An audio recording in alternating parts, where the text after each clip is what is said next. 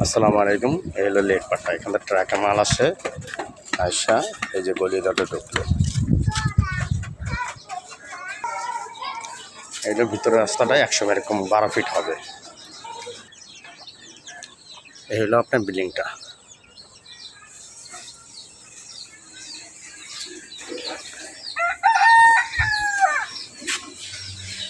এই হলো আপনার ভিতর সেটটা। এখানে ওয়াশরুম আছে আর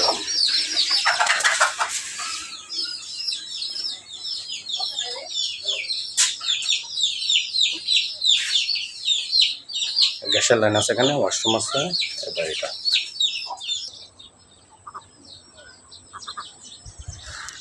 এটা দুই দিকে কর্নার প্লট, একটা এই সাইড দিয়ে একটা রাস্তা আছে আর এদিক দিয়ে ওই লেক পার থেকে এখান থেকে সোজা আসে।